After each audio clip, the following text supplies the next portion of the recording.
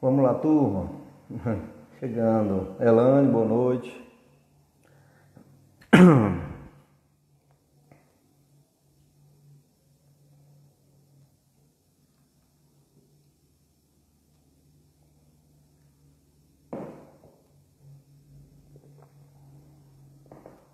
Cadê a turma?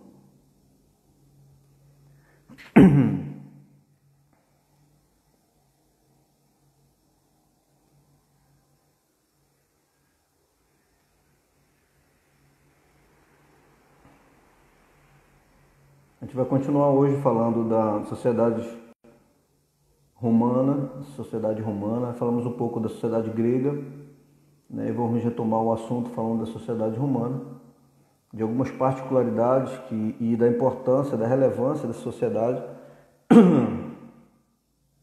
para o nosso direito, o direito que nós temos hoje.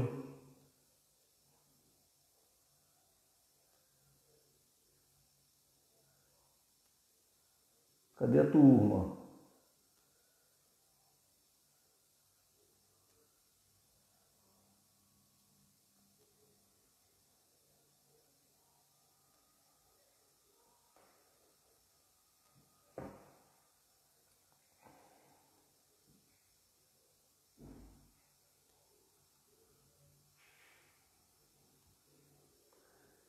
Vamos lá, opa, chegou mais um, opa, chegou, Brenda,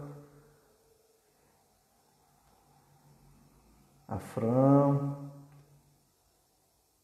Boa noite, gente, é um prazer estar com vocês, Stephanie, mais uma aula. Então eu estava compartilhando ainda há pouco, né, sobre a experiência do TCC, eu estava falando que hoje o pessoal começou já a sonhar no grupo do WhatsApp da turma, e uns falando em ser delegado, outro juiz, outro promotor, outro defensor. Então, assim, o ramo do direito é um ramo muito extenso, muito cheio de possibilidades, concursos públicos e tal. E eu fiquei pensando, veio à tona assim, porque quando eu comecei a cursar em direito, eu também entrei cheio de expectativas, né? E eu lembro quando eu cheguei assim no 8º, 9º período, 10º período, eu já queria só era concluir o curso. Eu já nem pensava mais em ser promotor, eu falei, eu só quero é concluir o curso, principalmente quando chegou no período do TCC, né? E eu compartilhando com os meninos ainda há pouco que o meu trabalho foi desenvolvido no meu TCC em direito, seria em direito eleitoral, mas como não tem essa matéria específica, né, eu acabei enveredando para o direito constitucional, mas com a vertente sempre para eleitoral. E o meu TCC, o tema era abuso do poder religioso nas campanhas eleitorais. TRE, para mim, cara, é maravilhoso, assim, né? Tem técnico judiciário e analista judiciário, né? Porque os juízes, os tribunais regionais eleitorais, eles não têm um corpo de juízes próprio, então, assim, nem de promotores também, eles não têm corpo separado, nem Ministério Público e nem juízes específicos para a justiça eleitoral. Eles usam o do Tribunal de Justiça do Estado, né? Tipo aqui em Tailândia, por exemplo, existe a zona eleitoral, mas o juiz é emprestado do Tribunal de Justiça, que é o Toriel, só que no caso que responde pela Justiça Eleitoral, né? O promotor é emprestado do Tribunal de Justiça, né? Então ele não tem em âmbito em segundo grau, no caso do TRE, ele também não tem um corpo próprio. Ele utiliza os juízes, né, do Estado, mas juízes federais e alguns representantes da OAB que acabam compondo esse corpo de juízes que trabalham no TRE. E o Ministério Público em âmbito estadual, é a Procuradoria, né, de Justiça Estadual, que exerce essa prerrogativa em âmbito segundo grau, né, no TRE, em Belém, Tribunal Regional Eleitoral. Mas ele tem uma carreira também na área de analista judiciário, né, que tem um salário bom, tem uma estabilidade muito boa e né? E técnico judiciário, que aí já é nível médio também, mas em relação ao técnico do TRE e do Tribunal de Justiça, eu acho mais interessante do Tribunal de Justiça, né? Porque acaba sendo o salário praticamente o mesmo e o Tribunal de Justiça você trabalha 6 horas só. Lá eu trabalho 8 horas. Sim, e aí voltando para o nosso assunto. Aí eu lembro que quando eu fui defender meu TCC, a minha esposa também defendeu o TCC dela em constitucional. E o tema do TCC dela era a violência obstétrica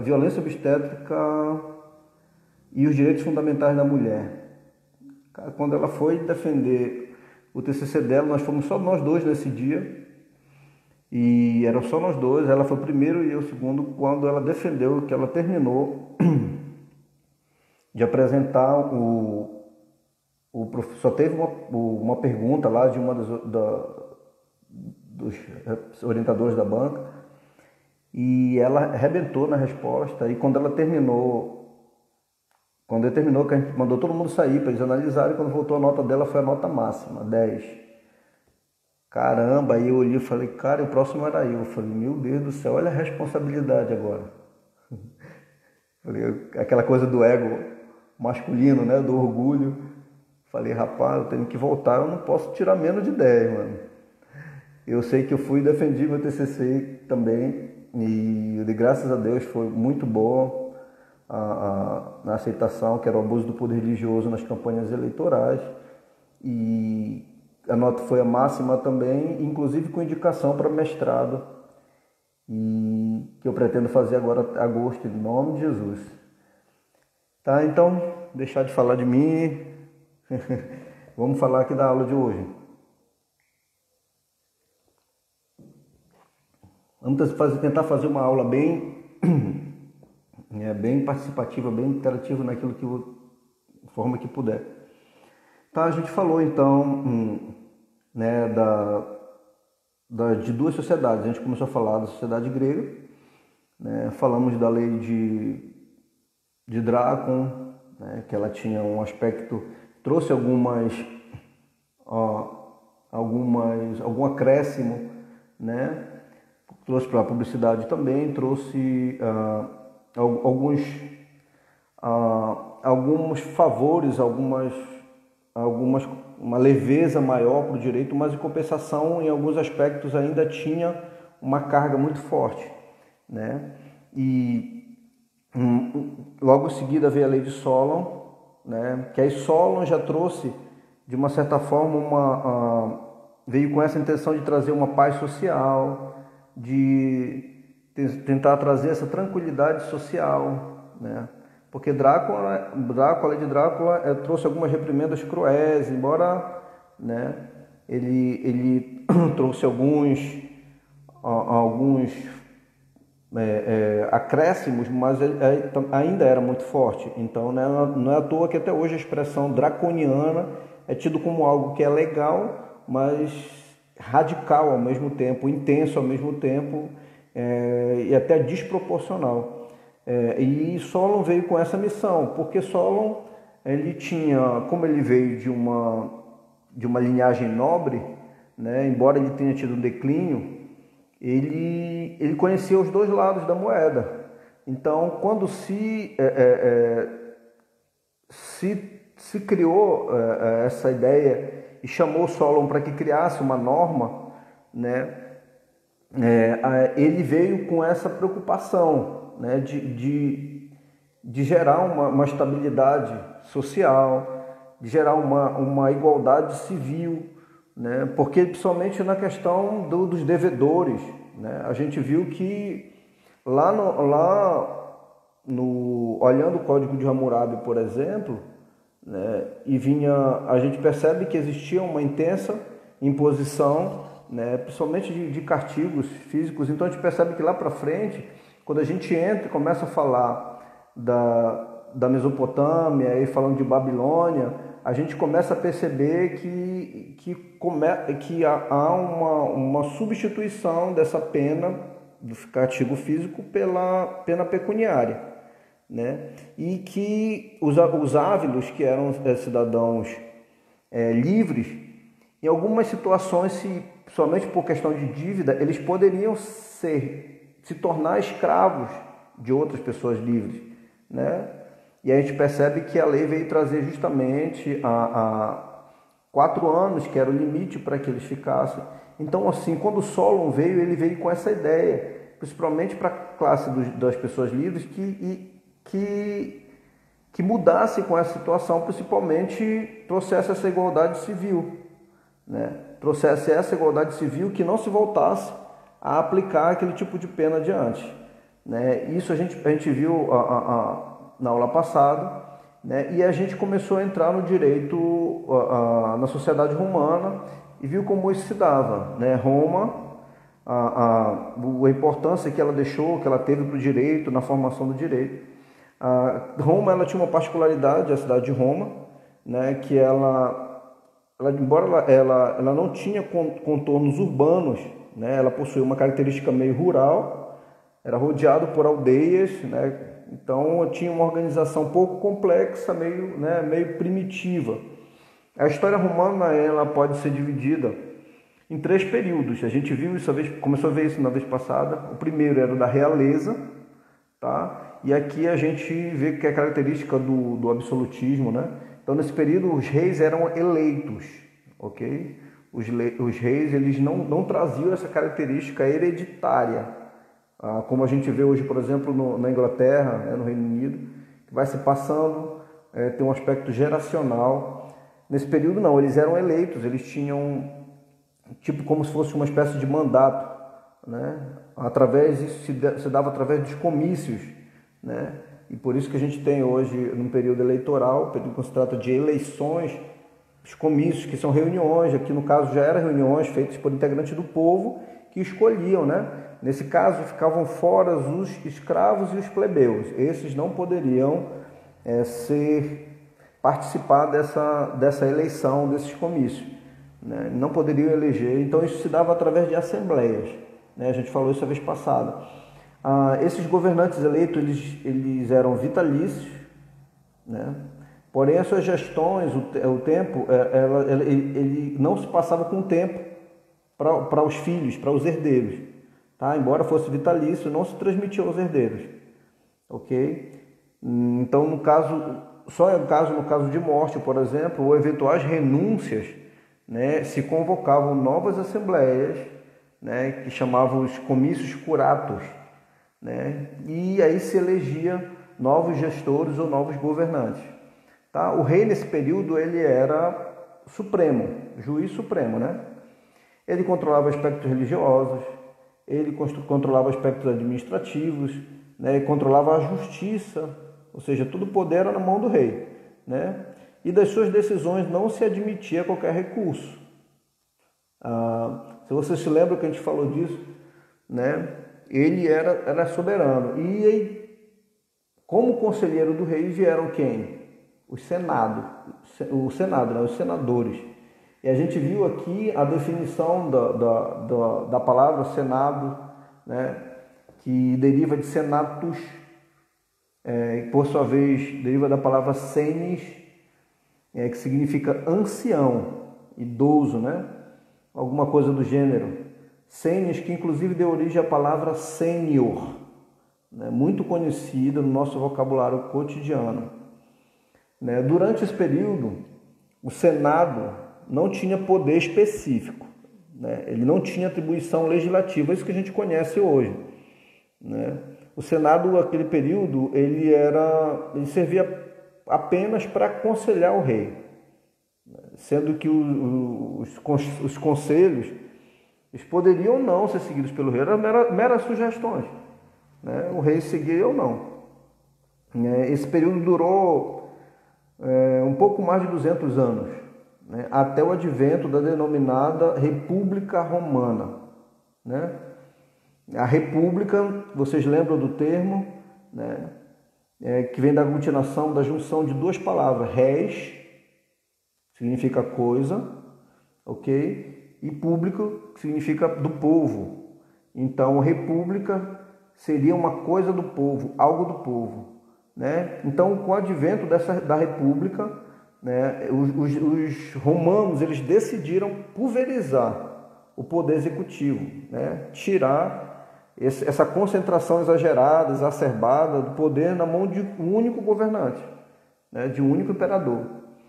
Então, assim, essa temporalidade dos gestores, né, ela começou a ser algo que fragilizava um pouco esse período, né, diferente do Senado, né? O Senado ele acabou fazendo com que uma parcela do poder fosse transmitida para o seu corpo, né? Então, o que? Eles eram vitalícios, os senados, né?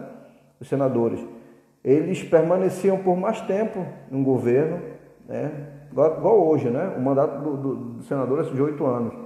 Então, por mais de uma gestão, e esse legado, essa cultura, essa memória que eles traziam, né, era justamente agregada, e essa influência, ela tinha uma função de aconselhamento.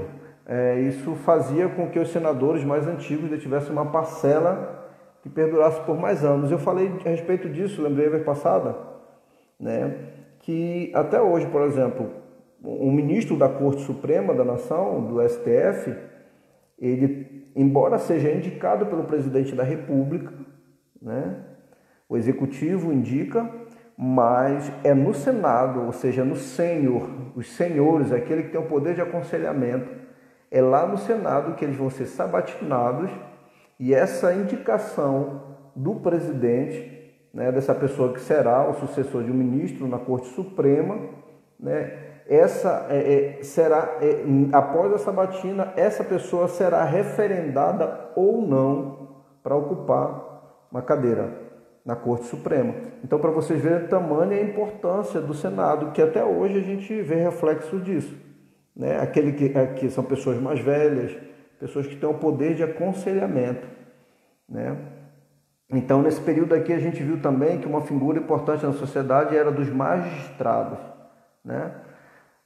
Então, sendo que os magistrados, assim como a gente viu, né, quando estudamos o direito grego, ele não se refere especificamente à figura do julgador, mas sim se referia à função daquele que existia a administração da justiça. A responsabilidade do magistrado era só administrar a justiça, né? Era cuidar mais de normas processuais. E eles eram classificados de duas formas, ordinários e extraordinários, né? Então, cabendo aos magistrados na sua função de ordinário, que era a função administrativa, urbana, a administração da justiça, né? Estabeleciam limites do litígio e instruíam as partes em relação ao procedimento que seria adotado para o julgamento, né? Mas efetivamente eles não julgavam, não era competência dos magistrados aqui o julgar como a gente conhece hoje, né?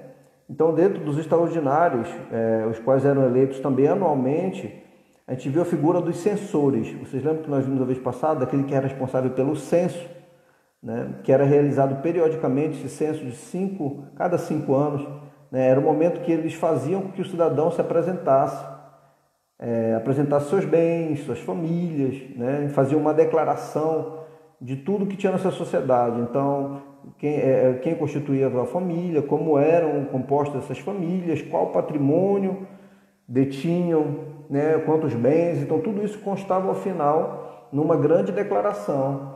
E isso era a responsabilidade dos censores, aqueles que eram responsáveis pelo censo, né, que era realizado em 5 anos. Então, isso durou aproximadamente 500 anos, essa forma de governo, né, até o advento do Império, período marcado pelo fortalecimento, né, mais uma vez, aí, da figura do imperador e pelo enfraquecimento dos magistrados e dos senadores. A gente percebe que volta de novo concentração na mão de um.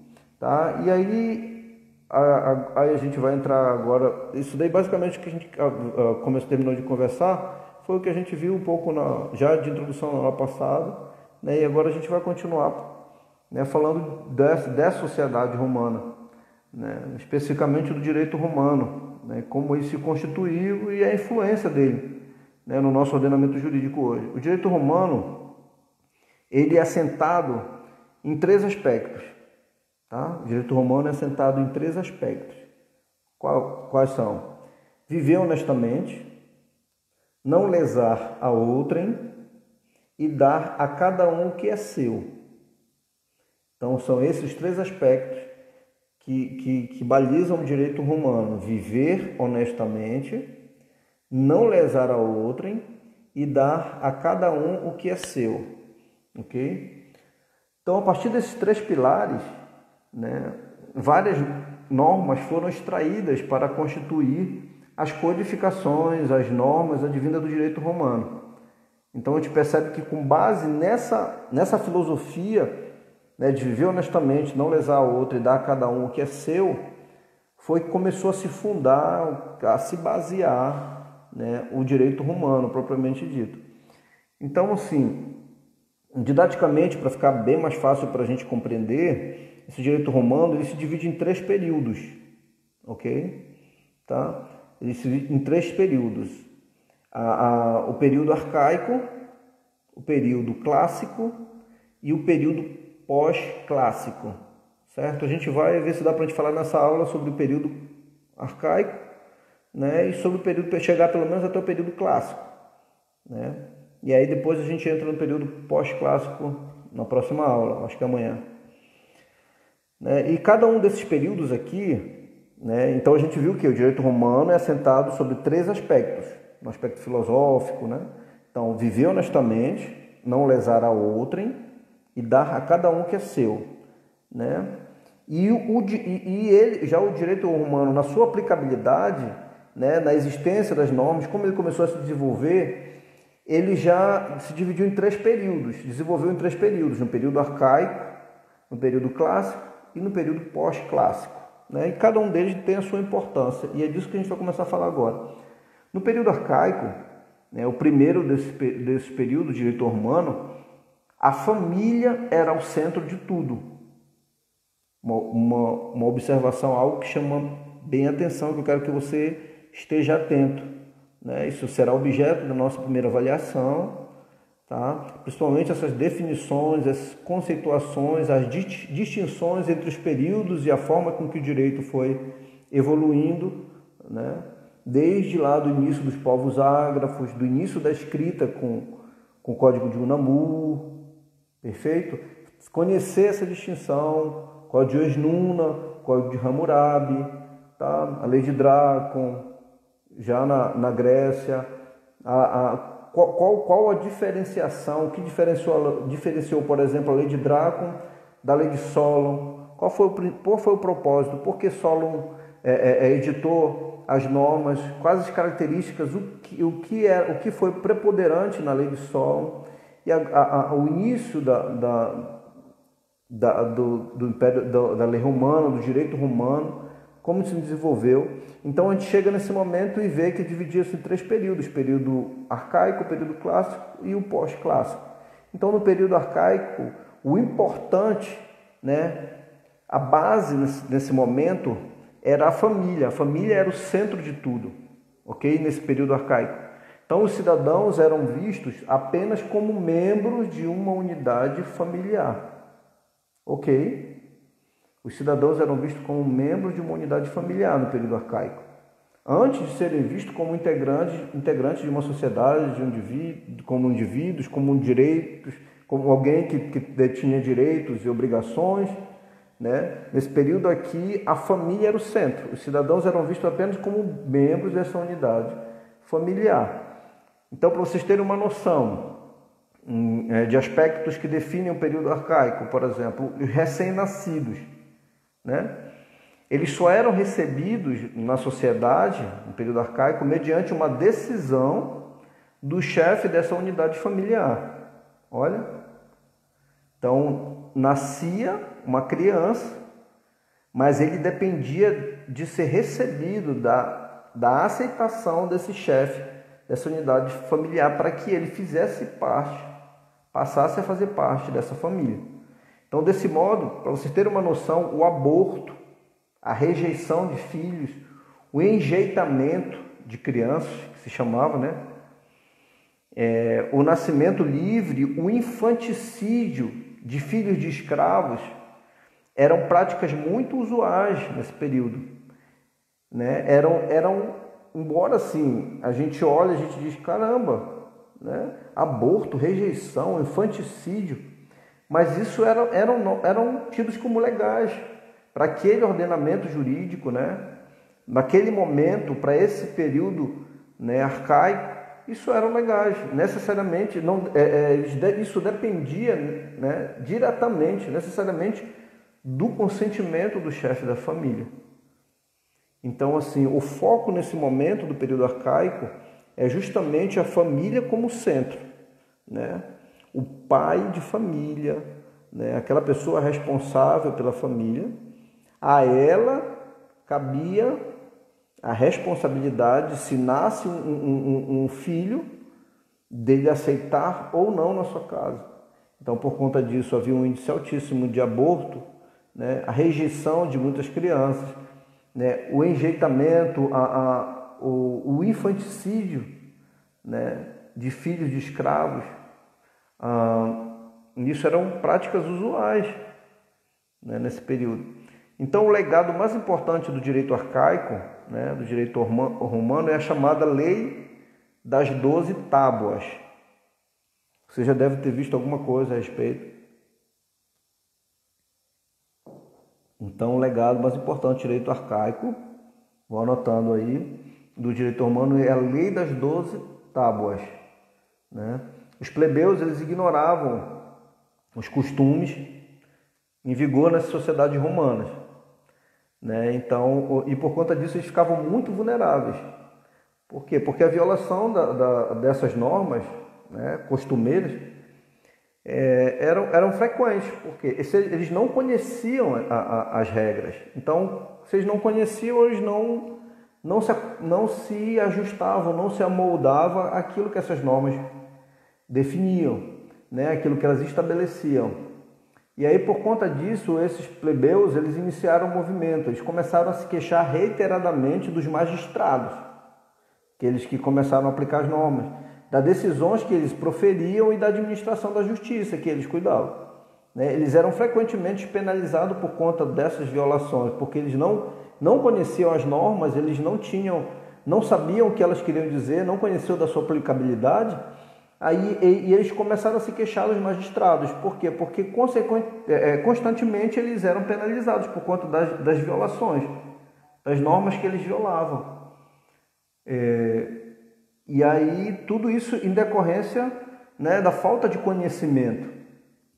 Então, em decorrência dessa pressão feita principalmente pelos plebeus, né, adveio essa chamada Lei das 12 Tábuas, que foi parcialmente inspirada nas leis de Solon, né? Aquelas que acabamos de tratar lá na sociedade grega, que eram bem mais brandas do que as leis de Drácon. Vocês lembram? Que tinha como objetivo o que as leis de Solon? Apaziguar o comportamento, trazer paz social. Então, as leis a lei das 12 tábuas, elas foram definidas com base na lei de Solon, né? A lei das 12 tábuas foram gravadas em quê? Em 12 tábuas, né? Por conta disso, o próprio nome, né? Por razões bem óbvias, né? Então, permaneceu no Fórum Romano, essa lei permaneceu no Fórum Romano até ser destruída quando da invasão dos galeses em 390 a.C. Tá? Então, assim, qual era o contexto desse período, né? Após um longo período de discussões, eles chegaram a um consenso, né? Um grupo de 10 legisladores, segundo a história conta, conhecidos como decênviros, que possuíam muitos poderes nas mãos, né? E eram imunes nos seus atos, foram até a Grécia e, inspirados pelo trabalho desenvolvido por Solon, né, elaboraram leis romanas escritas, né? Esse período aqui era 450, 451 a.C. Né? Essas leis começaram a ser aplicadas aos cidadãos romanos. Um dos principais fatores da criação dessas leis, da aplicação dessas leis, dessa inovação, foi justamente a expansão territorial, né? Começou a crescer Roma, né? Com o aumento de poderes pelas cidades que iam sendo anexadas, né? E as divergências culturais, né? Muitos costumes diversos. Então, foi necessário uniformizar, trazer uma norma que fosse seguida por todos aqueles povos que estavam sendo anexados, né? Então, assim, com o propósito de se evitar conflitos, né? A Lei das 12 Tábuas, ela foi reconhecida de forma solene, né? Em ato solene, ela passou a existir, era uma exposta em bronze, né? No fórum, né? Conhecida por todos e igualmente aplicadas, inclusive entre os plebeus, né? Além disso, sua importância deve ao surgimento da advocacia e dos juristas, né? E um ponto importantíssimo das 12 tábuas, ou ela trouxe a separação da religião e do direito, né? Então, tendo como base os costumes para serem positivados através da norma escrita. Então a gente percebe, se você for parar e visualizar todo o processo, desde quando nós começamos a estudar, houve uma evolução gradativa, né, das normas, dos costumes que se convertiam em precedentes lá dos povos ágrafos, e elas foram começando a se codificar, a se organizar, e a tendência das normas era justamente começar a tirar era tentar uniformizar, ou seja, alcançar a todos e tirar aquela característica de crueldade, né? De extremismo, de desproporcionalidade, e cada vez mais trazer isso para uma forma humana, organizada, né? De forma que se cumprisse aquilo que está determinado, sem que houvesse uma violação, né? Se a gente for falar de uma violação de direitos fundamentais, de direitos, né, inerentes ao homem, né? Então, assim, aqui, né, a gente vai gravar, então eu vou ler aqui de forma corrida para que a gente não perca muito tempo. Então, a tábua de número 1, né, das 12 tábuas, que era o chamamento a juízo, ela trazia previsões de que se alguém for chamado a juízo, compareça. 2, se não comparecer, isso a gente está na tábua 1, se não comparecer, aquele que o citou, tome testemunhas e o prenda. Você tem noção? Ou seja, hoje a gente chamaria o quê? Isso aqui de uma condução coercitiva, debaixo de vara. Lembra você de alguma coisa? Então, a primeira tábua, chamamento a juízo, ou seja, quando você é convocado pelo juiz, né? Se alguém for chamado a juízo, compareça, né? Ou seja, ministros, se o Celso de Mello chamar vocês, vão lá. E o 2 dizia, se não comparecer, aquele que o citou, tome testemunhas e o prenda, né? De forma coercitiva, embaixo de vara. Então, essa primeira tábua, assim, ela estabelece procedimentos, né, para o andamento do processo, desde o chamamento do réu, então, assim, desde esse chamamento, desde quando ele é convocado, quando ele é citado, ele é intimado, ele é obrigado a responder, né? Então, ela traz muito isso bem claro, esse procedimento. Se não o fizer, será levado pelo autor, né, com oferecimento de condições, né, de forma que ele não possa se recusar, né, usar, se for necessário, aqui no caso, a força física, né? Então, assim, a gente percebe que aqui ele já traz uma figura bem parecida com o que hoje a gente conhece como condução coercitiva, né? A tábua de número 2, a gente está aqui falando trazendo a lei das 12 tábuas, ok? E aqui eu vou ler a tábua de número 2, por exemplo, dos julgamentos e dos furtos. Percebam que cada tábua tinha o seu tema, tratava de uma matéria específica. A primeira tábua era do chamamento a juízo, né? Se a gente fosse hoje trazer para os nossos dias, seria da citação, da intimação, né? A tábua de número 2, dos julgamentos e dos furtos. Vamos lá. Ela trazia a seguinte previsão: se alguém comete furto à noite e é morto em flagrante, o que matou não será punido. Olha, se alguém comete furto à noite e é morto em flagrante, o que matou não será punido, né? A gente hoje não tem essa figura, mas quando se fala do furto, acaba sendo uma qualificadora do furto a hora. Se ele foi efetuado à noite, a pena agrava, né? Ou que o Código Penal chama no repouso noturno. Então já tinha alguma semelhança. 2. Se o furto ocorre durante o dia e o ladrão é flagrado, né, que seja fustigado, esse é o termo que está aqui, e entregue como escravo à vítima.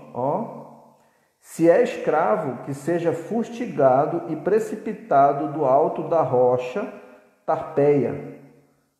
Deveria ser uma rocha alta, né?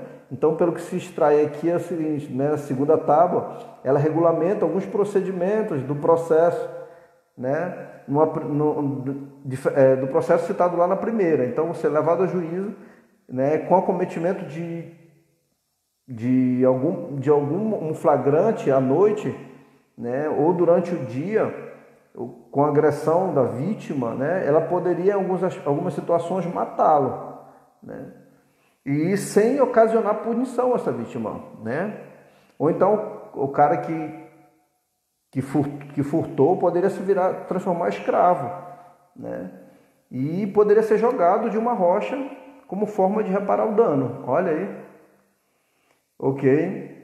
Então a gente veio para a tábua 3. Olha a tábua 3. A gente está na lei das 12 tábuas.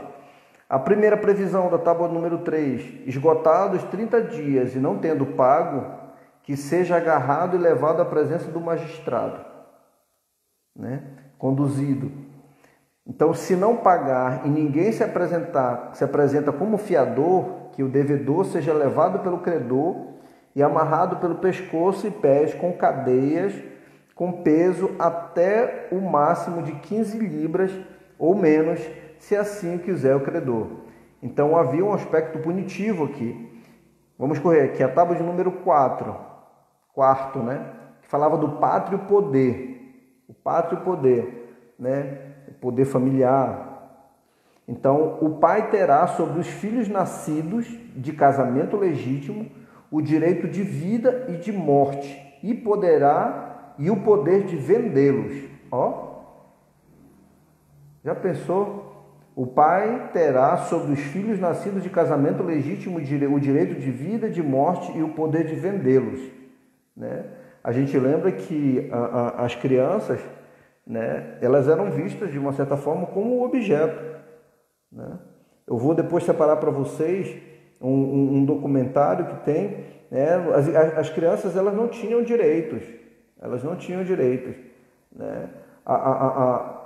Essa evolução do direito da criança, hoje nós temos o Estatuto da Criança, do Adolescente, né? As crianças, até um tempo, elas foram criadas, cuidadas como um objeto.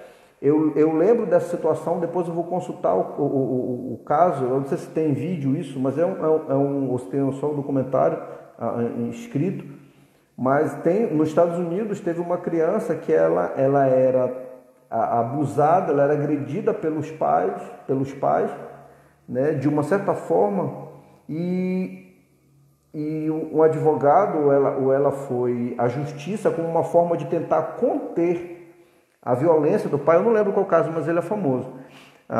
Conter essa violência, ela se valeu de uma lei que resguardava o direito dos animais, para você ter uma noção. Então ela se utilizou da lei que resguardava o direito dos animais para poder defender essa criança de tamanha agressão. Para você ver, os animais, eles tinham maior valor que as crianças. As crianças eram tidas como objeto. Então, assim, hoje nós temos resguardados, né, os direitos da criança desde a sua concepção, né? Então, assim, a gente vê o quanto o direito ele vai evoluindo. E nesse caso aqui da tábua de número 4, né, falava do pátrio poder. Né? Então, o pai terá sobre os filhos nascidos de casamento legítimo o direito de vida e de morte e o poder de vendê-los. O 2. Se o pai vendeu o filho 3 vezes, que esse filho não recaia mais sob o poder paterno. Olha, para você ter uma noção. Então, essa tábua aqui, ela trata do pátrio poder, né? Do poder na família. O pai tinha o poder de vida e morte, né? E liberdade de seus entes. A gente viu ainda há pouco que trata quando fala do poder arcaico, se tratava da família como centro. Então, esse patriarcado, esse pátrio poder, que essa expressão hoje já foi até banida, né? Fala do poder familiar hoje no nosso Código Civil, né? Esse pátrio poder, ele era utilizado ao seu limite, ao extremo, né? Como norma. Então ele tinha o poder, inclusive de venda dos filhos. Então limitava-se isso a 3 vezes. Ele não podia, né, a 3 vezes. Ele podia vender ele até 3 vezes o filho, de forma que, se o pai vendeu seu filho 3 vezes, que esse filho não recaia mais, ele não poderia voltar para ele se ele tivesse vendido 3 vezes. Então, assim, em algumas situações extremas, olha aqui, inclusive com a venda de seus filhos, limitada a 3 vezes, se não perderia esse direito. Em caso de deformidades, né, da criança, se a criança tivesse alguma deficiência, alguma deformidade, né, havia o sacrifício. Misericórdia, né? Havia o sacrifício, isso era permitido, né? Pois não tinha serventia militar, né, ou agricultura. Então as crianças, qual era a intenção dela? Era servir no serviço militar ou ir ajudar na agricultura.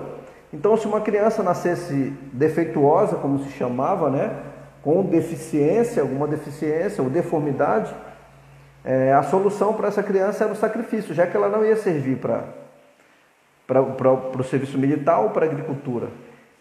Então, para você ter uma noção, a norma ela foi inspirada no direito dos espartanos, da Grécia, né? A tábua de número 5, ela trazia como tema o direito hereditário da tutela. Tá? Previsão de número 1 que tinha era disposições testamentárias de um pai de família sobre os seus bens ou a tutela dos seus filhos terão a força de lei.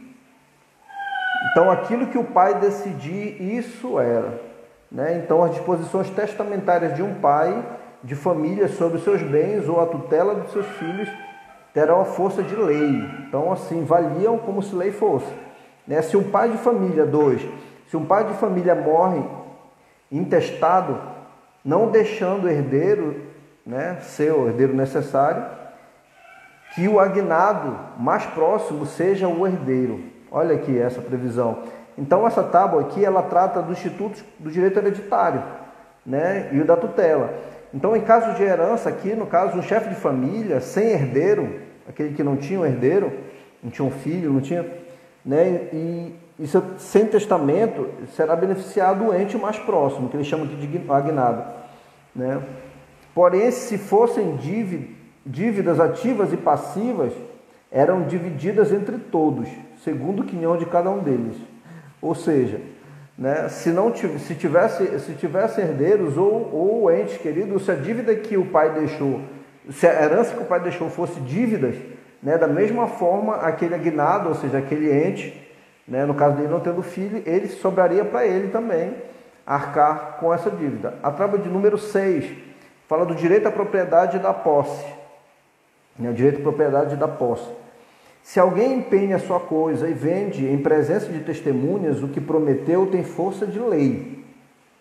Ok? Então, se alguém empenha a sua coisa ou vende em presença de testemunhas, o que prometeu tem força de lei.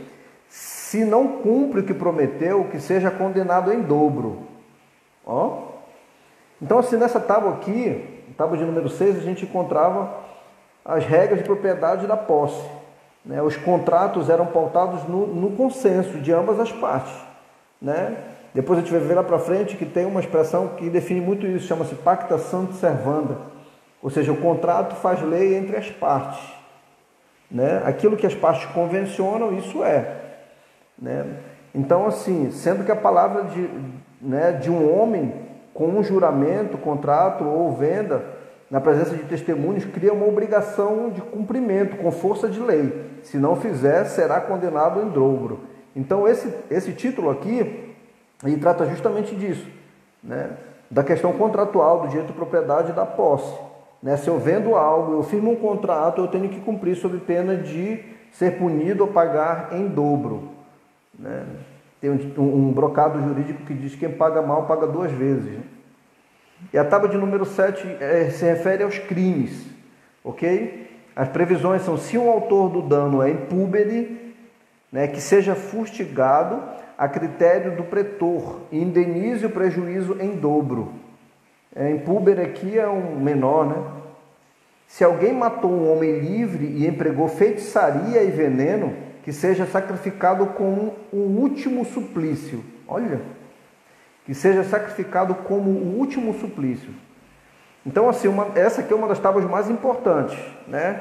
Pois trata de crimes, de condutas ilícitas do direito romano.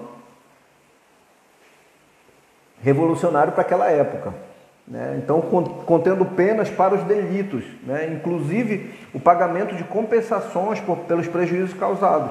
No crime de injúria, né? Se pública, se for uma conduta criminosa, ilícita, pública, e difamatória, né? E sendo pública e difamatória, terá, caso tenha pena capital, de morte no caso. No roubo em flagrante, se um homem for livre, será surrado; se escravo, será submetido à mesma pena, como também jogado de uma rocha, né? Ambos devem ressarcir tudo. Então o cara tinha que morrer e dar um jeito de pagar tudo, né? Se impúbere, apenas é surrado, ou seja, se é menor, apenas é surrado. Isso fica a critério do juiz. Não, vocês não têm que memorizar isso para a prova, não. Eu só estou falando a título de conhecimento para que vocês tenham uma noção de como houve uma evolução, né, ao longo dos aspectos. Então, assim, as 12 tábuas, elas são a base para uma evolução no direito romano. Então, eu quero que vocês tenham uma noção do processo evolutivo da norma. Algumas características do que a gente viu aqui, a gente percebeu, por exemplo, da condução coercitiva, né? A gente percebeu aqui direito da propriedade. Se você não pagar, você pode ser obrigado a pagar em dobro, né? Então, assim, o aspecto disso é para que vocês percebam, consigam perceber o aspecto evolutivo, né? A oitava tábua, ela faz menção aos edifícios e terras. Olha aqui, isso é muito interessante. Isso vocês vão ver no direito civil, se ainda não estão vendo, com o professor Arielson, né? Que fala sobre o direito limítrofe, ou seja, aquela cerca que divide um terreno entre duas casas, né? Então, se uma árvore, olha aqui que interessante, se uma árvore se inclina sobre o terreno alheio, que os seus galhos sejam podados à altura de mais de 15 pés.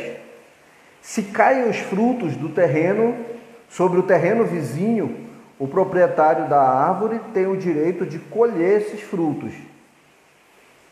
Se caem os frutos sobre o terreno vizinho, o proprietário da árvore tem o direito de colher esses frutos, né? A gente percebe que essa sétima tábua aqui, ela continua ditando normas. Vão analisando, vão observando isso daí como um processo evolutivo. Eu quero que vocês tenham esse olhar. Então percebam como as coisas vão acontecendo. Cada tábua, ela trata de um tema, de um título específico. Então vocês percebem aqui que começa a haver uma divisão de normas. Aquilo que tudo antes era misturado, penal com responsabilidade civil, responsabilidade penal. Perfeito. Se o professor falou sobre isso, então a gente está em concordância, vai ficar fácil para vocês compreenderem. Então, assim, houve um processo evolutivo, né? Houve um processo evolutivo disso. Então, assim, essa sétima tábua, ela traz justamente falando sobre isso, falando sobre norma de direito, sobre imóveis, sobre edifícios ou terra, né? Ela menciona que todas elas devem ser ligadas por estradas, as terras devem ser ligadas por estradas, e do contrário poderá trafegar sobre as terras de outrem e as disposições delas. Então a gente percebe que hoje, por exemplo, existe um direito à servidão no Código Civil. Não sei se vocês já viram isso, mas vocês vão ver isso com o professor Arielson.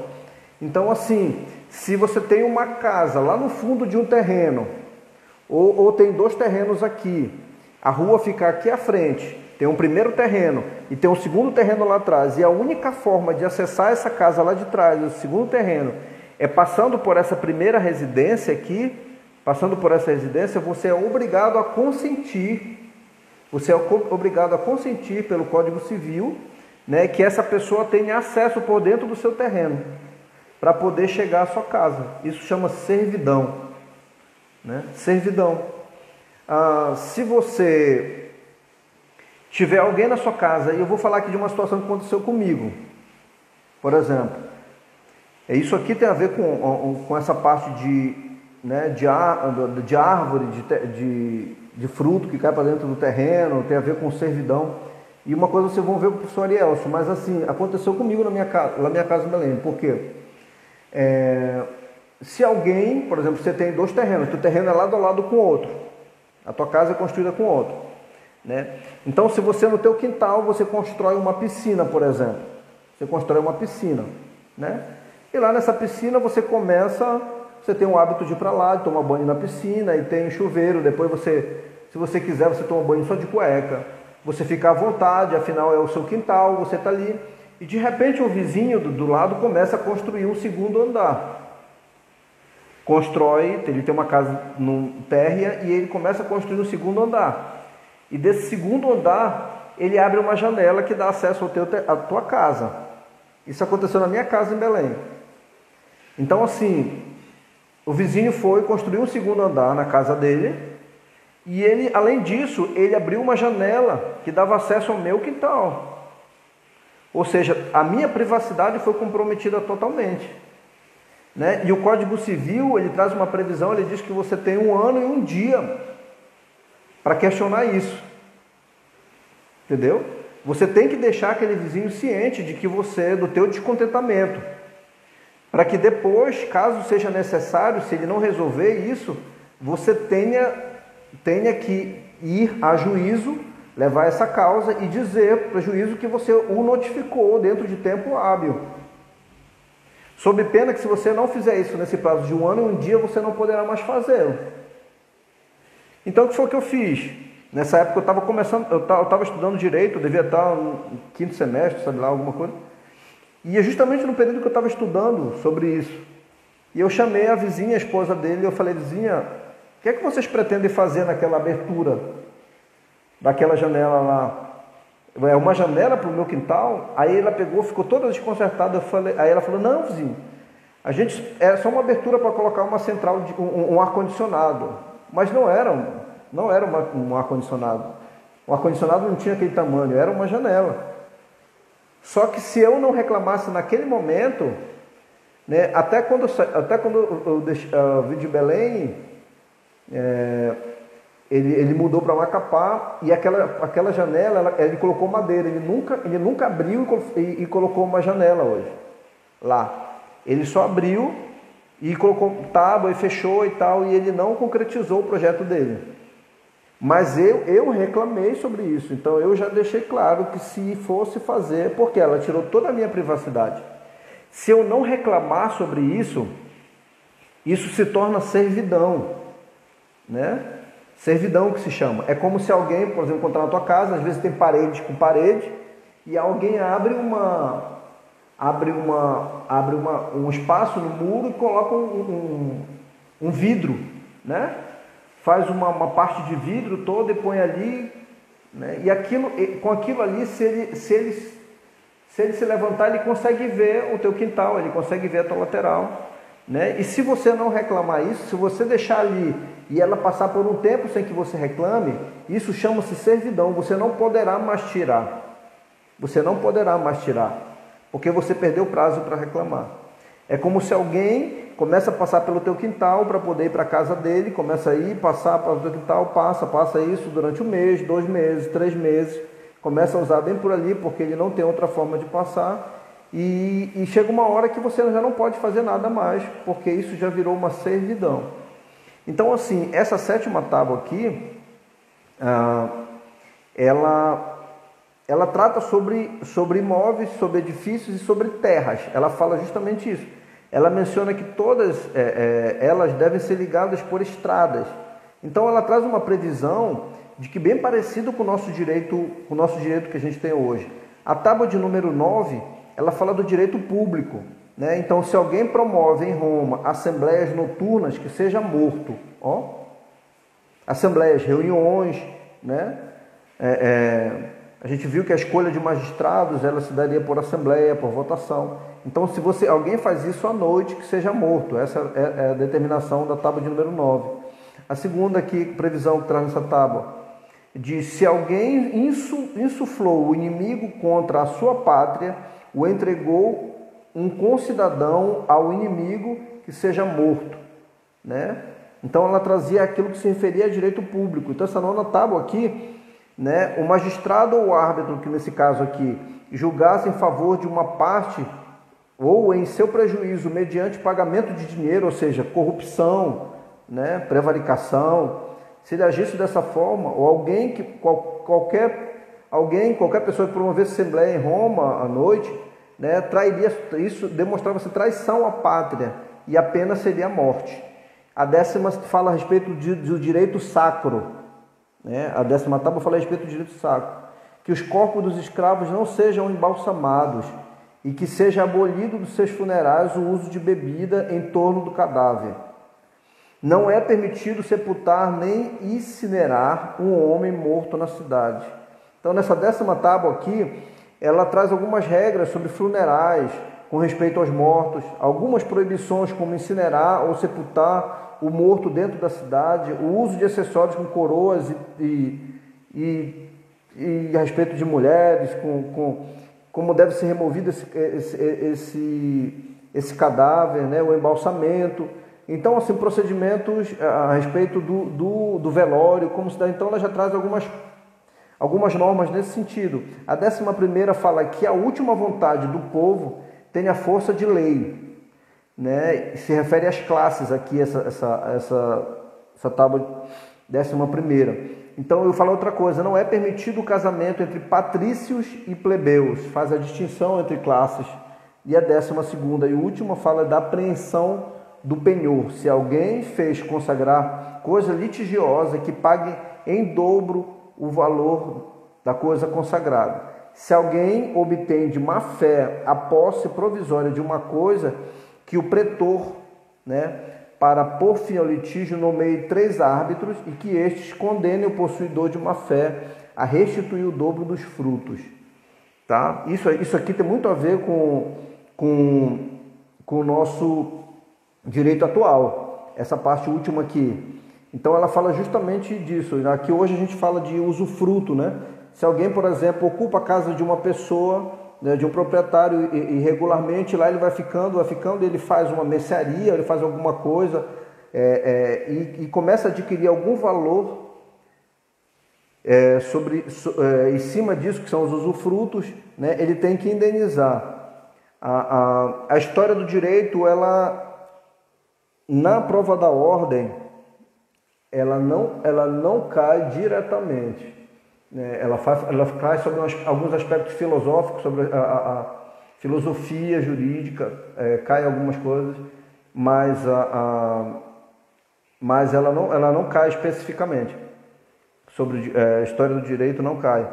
Então, assim, eu nem sei quanto tempo a gente já está, se já está perto de terminar a aula, não sei se a gente deu um desconto. Então, assim, essas 12 tábuas, a lei das 12 tábuas, ela tem uma importância muito grande, né? Ela trouxe uma igualdade jurídica, ela trouxe esse aspecto de uma igualdade jurídica diferente daquela igualdade civil, né, que a gente via antes, né? Uma igualdade jurídica no seguinte aspecto, né, ela era mais teórica, ela trazia aspectos teóricos, né, mais do que prático.